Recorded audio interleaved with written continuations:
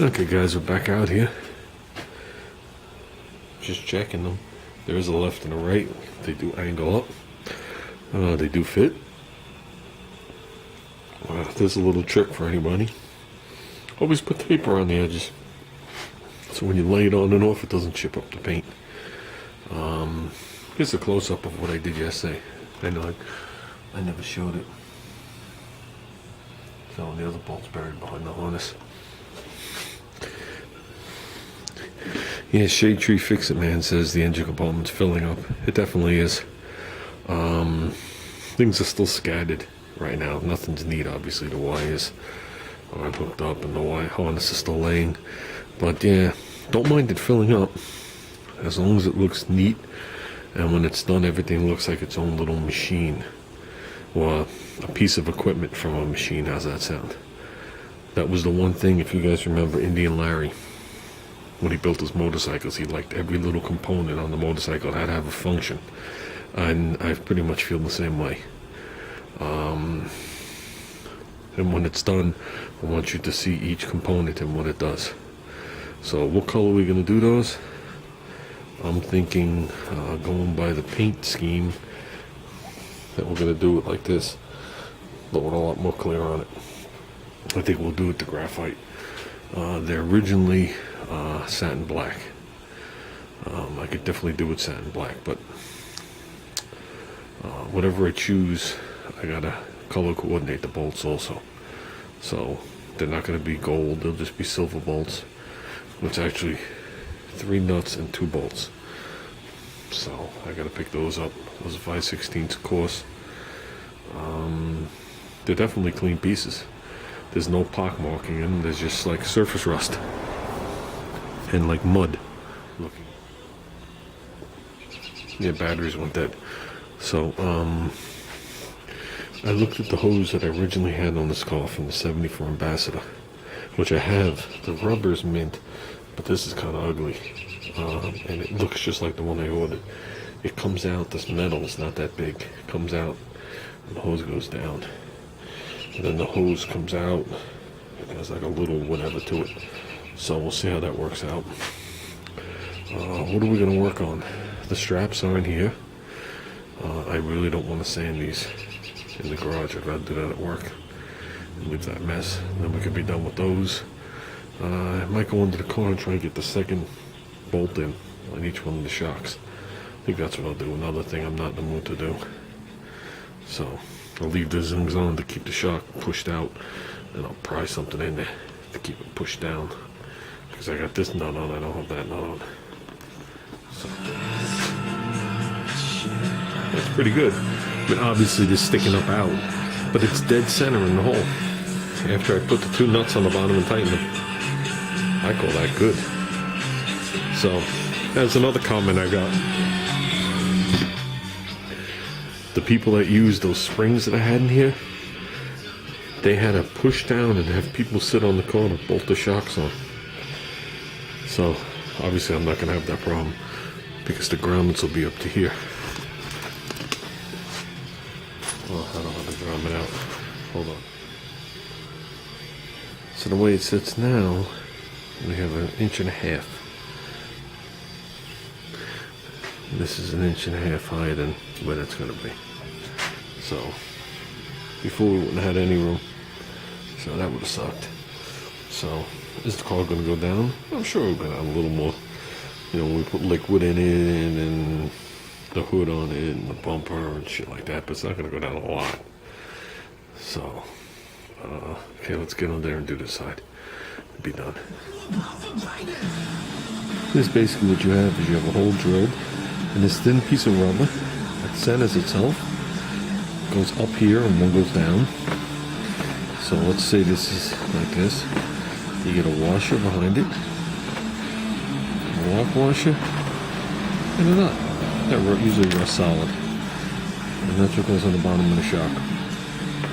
So you have one on the top, one on the bottom, and that allows the base of the shock just to move around a little bit. Doesn't have to go far. So that's what we got to do. We only have 3 of these on there. Let's get on there and put this one. We're getting there. Just a couple little specks that have to be sanded. Little Guy's Garage 78. Little Guy's Garage 78. Matches the left hand and the people that made it, and the right hand, the people that made it.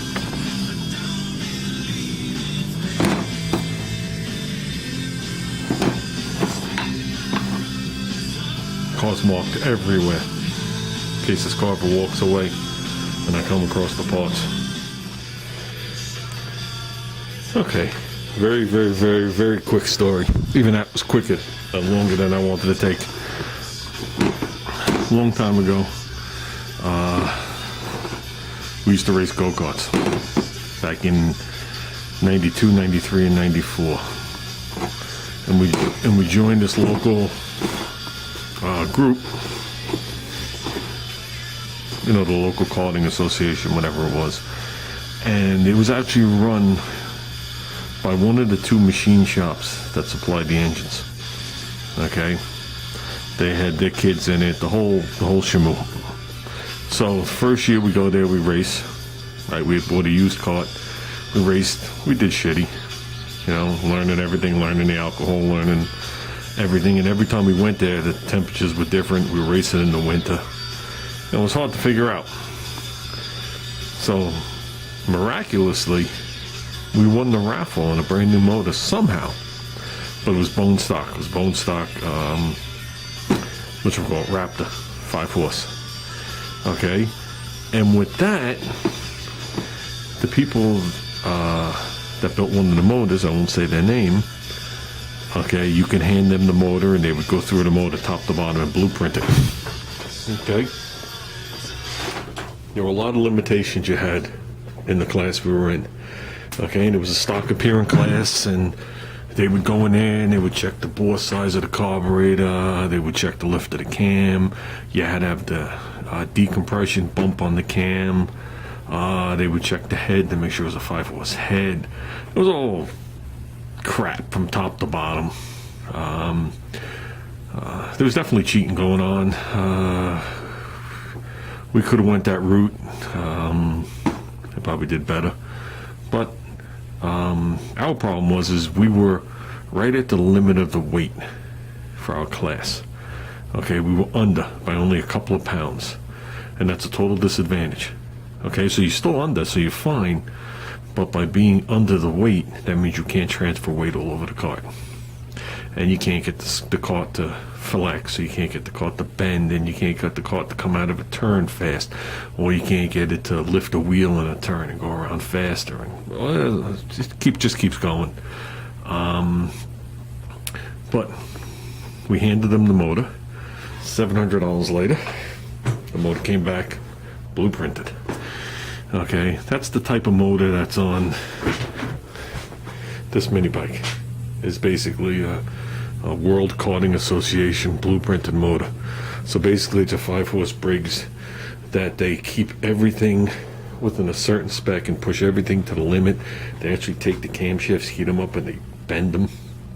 Okay, to change the timing on them, but they can't change the lift or the duration, but they could degree in the cam. Okay, well, a bunch of crap, you know, they could play with the timing and whatever. But to get back to the story, we marked every single piece on this motor. And when the motor was ready, we went to pick it up, and they handed us the motor. We looked at each other and turned around and said, "This isn't our motor." Bear in mind, we handed them a brand new engine. Brand new, never fired up. Just came, it was in the box. And they go, "What do you mean?" Then we go, "This isn't our engine." We marked every piece.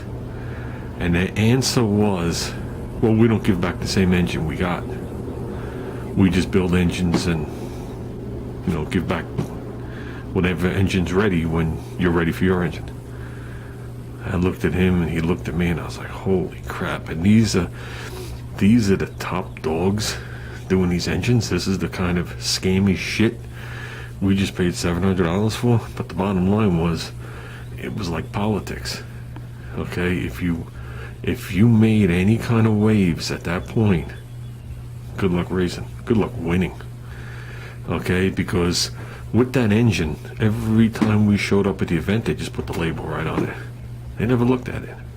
We could have taken it apart, but since we handed them the money, flip sticker on it, flip sticker on it, flip sticker on it. We were never out in the lead by 20 carts, so there was never anybody calling us out. We could have been called out, but there was really no reason for it.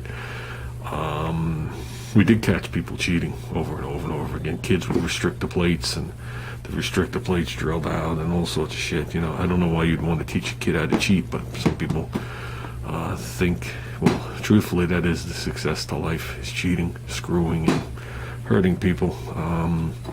I guess that's why I'll never be as successful as a big businessman.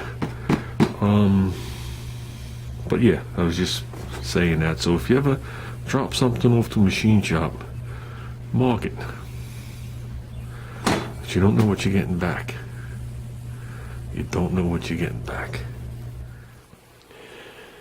There you go. They're good enough. Little guy's garage, 78. Clear as day. Clear enough for my day, how's that? We'll let that primer sit till tomorrow. Like I said, I can't spend time out here, but I got 15 minutes at least. We'll lay like 3 coats of the graphite on there, and we'll let that sit till the following day, and then we'll get the true shine out of the clear.